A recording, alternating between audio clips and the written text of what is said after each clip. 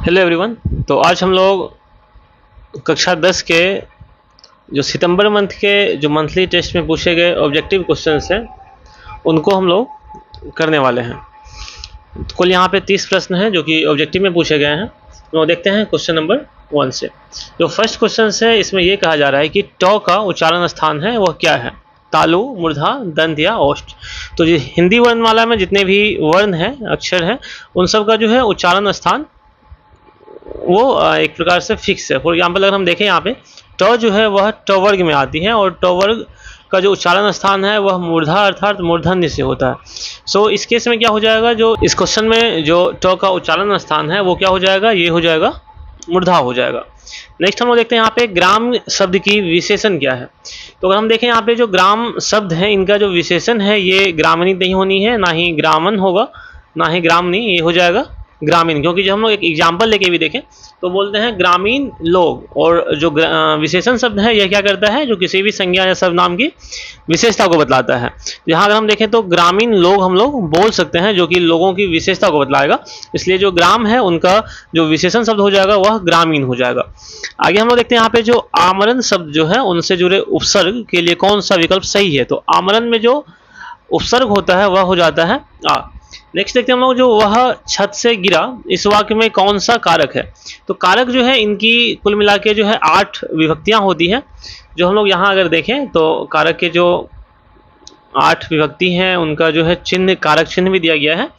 जैसे अगर हम देखें यहाँ पे जो कर्ता कारक है उनका जो चिन्ह हो जाता है ने, कर्म का को, करण से या फिर द्वारा, संप्रदान को के लिए, आपादान से जिसमें कि अलग होने का बोध हो रहा है। अगर हम लोग यहाँ पे देखें जो इस क्वेश्चन की अगर हम लोग बात करें, अगर हम लोग इस क्वेश्चन में देखें तो वह छत से गिरा, इस वाक्य में जो है वह छत से अलग हो रहा है, गिर रहा है, वहां से उससे संपर्क जो है वह टूट रहा है। तो इस केस में क्या हो जाएगा, यह हो जाएगा आपादान कारक। नेक्स्ट हम लोग देखते हैं जो सभा शब्द का लिंग क्या है। तो सभा जो है वह एक स्त्रीलिंग शब्द हो जाएगी, क्योंकि हम लोग बोल जैसे एक एग्जाम्पल लेके देखें तो भारत में हिंदी भाषा बोली जाती है, तो यहाँ पे हम लोग बोलते हैं भाषा बोली जाती है, ना कि भाषा बोला जाता है, इसलिए भाषा जो है वह हो जाएगा, वह स्त्रीलिंग शब्द हो जाएगी। आगे हम लोग देखते हैं जो दूध के दांत ना टूटना, इस मुहावरे का अर्थ क्या हो जाएगा। तो इनका मतलब जो है यह हो जाएगा अनुभवहीन हो जाएगा। नेक्स्ट यहाँ बोल रहे जो वास्तविक शब्द जो है इसमें कौन सा प्रत्यय है। तो वास्तविक शब्द जो है इनमें एक प्रत्यय जो होता है ये लगा हुआ होता है। उपसर्ग और प्रत्यय जो है हम लोग इनके बारे में पढ़ चुके होंगे। उपसर्ग जो होता है वह किसी भी एक शब्द से पहले आकर के, पहले लग करके उनकी जो है अर्थ को चेंज कर देता है, और प्रत्यय जो है वह किसी शब्द के बाद में आकर के उनके जो अर्थ जो है उनमें बदलाव लाता है, चेंजेस लाता है। नेक्स्ट क्वेश्चन नंबर 8 बोल रहा है जो निम्नलिखित में से कौन सर्वनाम है। तो मोहन, पुस्तक, सीता, ये तीनों के तीनों नाम हो गया, संज्ञा हो गया, और यहाँ पे मैं जो है यह क्या हो जाएगा, एक सर्वनाम हो जाएगा। 9 में वो दिया हुआ है जो निम्नलिखित में से कौन शुद्ध शब्द है। तो शुद्ध यहाँ पे अगर हम देखें जो हितैषी यानी कि अगर इन सबों में देखें तो जो हितैषी है यहाँ पे जो मूर्धन्य है ये होगी, उनमें दीर्घिका की मात्रा होगी। तो यहाँ पे हितैषी जो है ऑप्शन नंबर बी ये यहाँ पे सही हो जाएगा। क्वेश्चन नंबर 10 दिया हुआ है जो प्रविशेषण शब्द की क्या विशेषताएं होती है। तो प्रविशेषण शब्द का अगर हम लोग डिफिनेशन देखें, परिभाषा देखें, तो प्रविशेषण क्या होता है, यह किसी एक विशेषण की विशेषता को बतलाता है। तो यहाँ पे जो इसका ऑप्शन है ये हो जाएगा ऑप्शन नंबर सी। तो प्रविशेषण क्या हो जाएगा, यह किसी एक विशेषण की विशेषता बतलाने वाले को कहेंगे। फॉर एग्जाम्पल अगर हम बोले यहाँ पे जो राधा सुंदर है, तो यहाँ पे राधा की जो एक विशेषता है सुंदर, वह हो जाएगा विशेषण। लेकिन अगर हम बोले यहाँ पे राधा अति सुंदर है, तो सुंदर का भी एक विशेषता क्या हो जाएगा, अति, जो कि हो जाएगा प्रविशेषण। आगे नेक्स्ट हम लोग देखते हैं यहाँ पे क्वेश्चन नंबर 11, जन्म मरण शब्द में जो है कौन सा समास है। तो यहाँ पे अगर हम देखें जो जन्म और मरण समास जो होता है यह हम लोग मेनली जो है 5 प्रकार के पढ़ते हैं, मतलब 4 प्रकार के पढ़ते हैं। इसी में तत्पुरुष समास के जो है 2 जो एक्स्ट्रा भेद होते हैं वो हम लोग पढ़ते हैं, जो कि कर्मधारय और फिर दिगो, ये दोनों हो जाते हैं तत्पुरुष समास के ही भेद में आ जाते हैं। तो जो द्वंद्व समास है अगर हम इनको पढ़ें तो इनमें क्या होता है, जो समास के दोनों पद जो होते हैं यह प्रधान होते हैं, या फिर अगर हम इनका विग्रह करते हैं तो और या फिर या जो है इनका एक जो है अर्थ यहाँ पे आता है। तो अगर हम इस क्वेश्चन को यहाँ पे देखें जो बोल रहे हैं जो जन्म मरण शब्द में कौन सा समास है, तो अगर हम इनका विग्रह करें तो इनका अर्थ क्या हो जाएगा, जन्म और मरण, या फिर जन्म या मरण। तो यहाँ पे कौन सा हो जाएगा, तो यह एक द्वंद्व समास हो जाएगा। गृहस्थ शब्द का विलोम क्या हो जाएगा? तो गृहस्थ शब्द का जो विलोम है यह हो जाएगा यहाँ पे सन्यासी। नेक्स्ट 13 बोल रहा है यहाँ पे जो ऐसे शब्द जो दो शब्दों के मेल से बनते हैं और जिनके खंड जो होते हैं वह सार्थक होते हैं, अर्थात उनके जो है अर्थ निकलते हैं, तो उन्हें क्या कहते हैं? इन्हें क्या कहेंगे हम लोग? यौगिक शब्द कहेंगे। इनका जो है कटआउट मैंने लगाया हुआ है। राइट, जो रूढ़ शब्द होते हैं ये क्या होते हैं? जो हमेशा किसी एक विशेष अर्थ को प्रकट करते हैं और इनके खंड में जो है कोई भी अर्थ जो है नहीं निकलता है। जैसे कि हम लोग नाक, कान एक्सेट्रा जो भी बोल रहे हैं यहाँ पे, इनका जो अगर हम लोग खंड करें तो खंड करने से कोई अर्थ जो है इनका नहीं निकलता है। यौगिक शब्द क्या होते हैं? जो यह दो शब्दों के योग से बने हुए होते हैं, जिनके क्या होते हैं प्रत्येक खंड का क्या होता है कोई ना कोई अर्थ होता है, उन्हें हम लोग यौगिक शब्द कहते हैं। फॉर एग्जाम्पल अगर हम लोग यहाँ पे देखें देशवासी, तो जो देश और वासी, देश का मतलब देश हो जाएगा और वासी वहाँ पे रहने वाले लोग हो जाएंगे। तो इस प्रकार से हम लोग देखें तो यौगिक शब्द जो होते हैं इनके क्या होते हैं? जो खंड करने पे इनका क्या होता है? शब्दों का अर्थ होता है। इसी तरह से जो योग रूढ़ होते हैं ये क्या होता है? जो यह अन्य शब्दों के योग से बनते हैं परंतु एक विशेष अर्थ के लिए प्रसिद्ध होते हैं। फॉर एग्जाम्पल अगर हम यहाँ पे देखें जो लंबोदर है, तो लंबोदर जो है इनका एक विशेष अर्थ हो जाता है, यानी कि जो जिनका जो है बड़ा पेट हो, अर्थात हम लोग बोल सकते हैं गणेश। तो योगरूढ़ जो होते हैं वे शब्द होते हैं जिनका एक विशेष अर्थ होता है, यानी कि अपने अर्थ को छोड़ करके और बाकी एक दूसरा जो एक विशेष अर्थ है उनको वह धारण करता है या फिर होता है। तो इस केस में क्या हो जाएगा? जो है इनका आंसर हो जाएगा यौगिक 13 का। आगे 14 बोल रहा है जो दही वाली मगम्मा किस भाषा की कहानी है? तो यह जो है यह एक कन्नड़ भाषा की कहानी है। कन्नड़ जो है मेनली कर्नाटक जो राज्य है वहाँ पे बोली जाती है।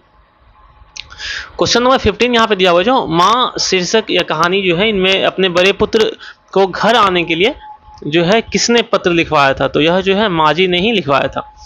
आगे बोले जो ढहते विश्वास शीर्षक पाठ के रचनाकार का क्या नाम है? तो इनका जो है रचनाकार है वह है ईश्वर पेटलीकर है।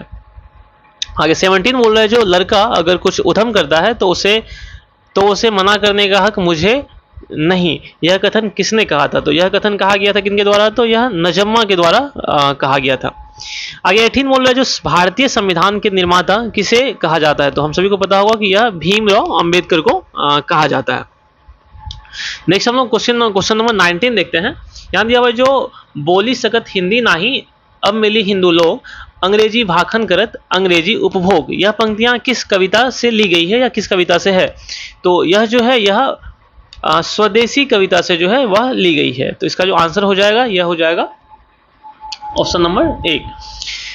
आगे फिर 20 में बोला जो शेखर एक जीवनी, यह उपन्यास जो है वह किसकी रचना है? तो यह शेखर जो है एक जीवनी यह हजारी प्रसाद द्विवेदी के द्वारा जो है लिखी गई एक जो है रचना है।